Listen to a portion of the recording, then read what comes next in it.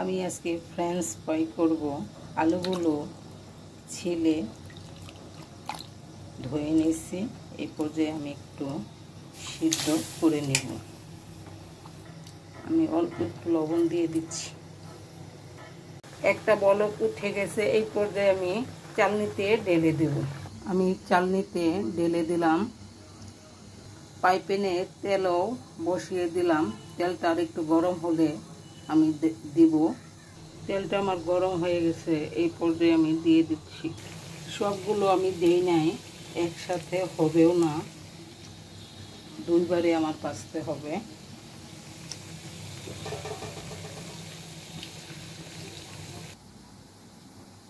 আমার ভাজা হয়ে গেছে। এই পর্যায়ে আমি তুলে নিচ্ছি।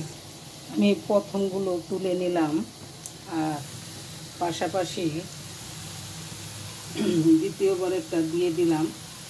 আর আমি এগুলো এখন দিব গরম গরম খাওয়ার জন্য।